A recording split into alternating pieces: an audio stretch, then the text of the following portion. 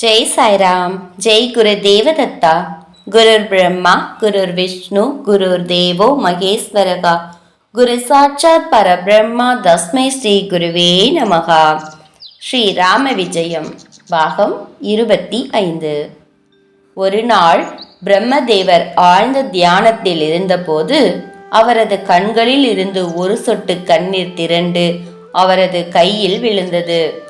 அதிலிருந்து ரஜராஜன் என்னும் வானர குழந்தை உருவானது.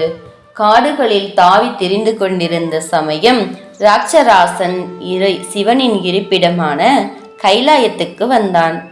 அங்கிருந்த தடாகத்தில் குளித்து எழுந்தபோது அவன் ஒரு அழகிய பெண்ணாக மாறினான்.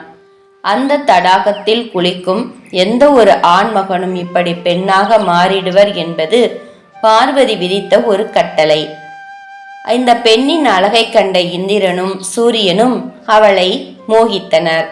இந்திரன் மூலமாக வாலியும் சூரியன் மூலமாக சுக்ரீவனும் இவளுக்கு பிறந்தனர். தனது பிள்ளை ஒரு பெண்ணாக மாறியதை அறிந்த பிரம்மதேவர் பார்வதியிடம் சென்று தன் மகனை தனக்கு திருப்பி அளிக்குமாறு வேண்டினார். பிரம்மனின் வேண்டுதலை கேட்டு இறங்கிய பார்வதி தேவி அந்த பெண்ணை மீண்டும் ரஜராசனாக மாற்றி அருளினார். பிரம்மதேவன் கிஷ்கிந்தை என்னும் வனத்தை உருவாக்கி அந்த நாட்டுக்கு ரஜராசனை அரசனாக்கினார். சில காலம் அரசாட்சி செய்த பின்னர் தனது மூத்த மகனான வாலியை கிஷ்கிந்தைக்கு அரசனாக அரியணையில் அமர்த்திவிட்டு ராஜராசன் வானுலகம் சென்றடைந்தான். வாலியும் சுக்ரீவனும் ஒருவருக்கொருவர் அன்பு பாராட்டி நேசமுடன் வாழ்ந்து வந்தனர். வாலி மிகவும் பலவானாக யாராலும் வெல்ல முடியாதவனாக இருந்தான். இந்திரன் அவனது வீரத்தை மெச்சி அவனுக்கு விஜய மாலை ஒன்றை பரிசளித்தான்.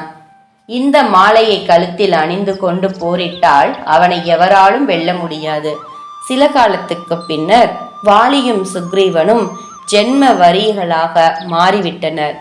சுக்ரீவனின் மனைவியான துமையை வாலி தனது பலத்தால் கவர்ந்து சென்றான்.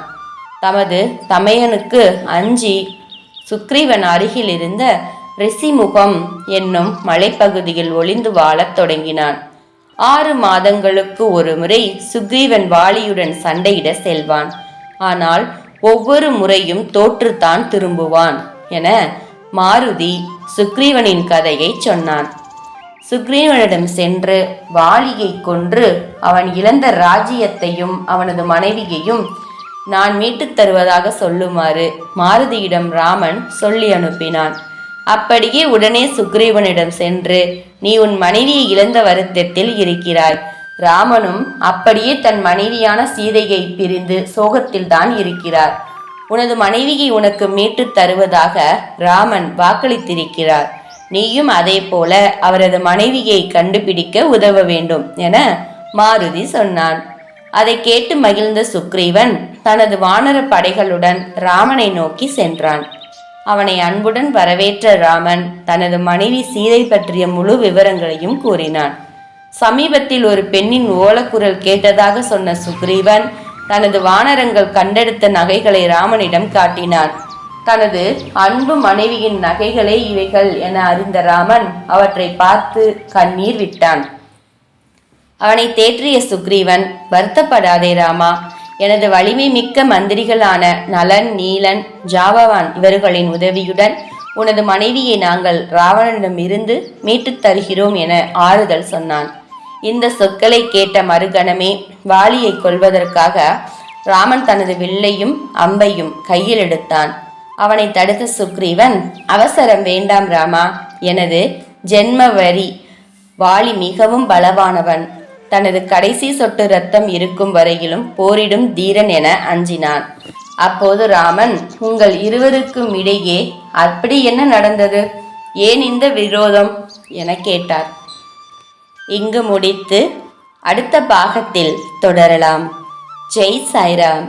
ஜெய் குரு தேவதத்தா. ஜெய் ஸ்ரீராம்.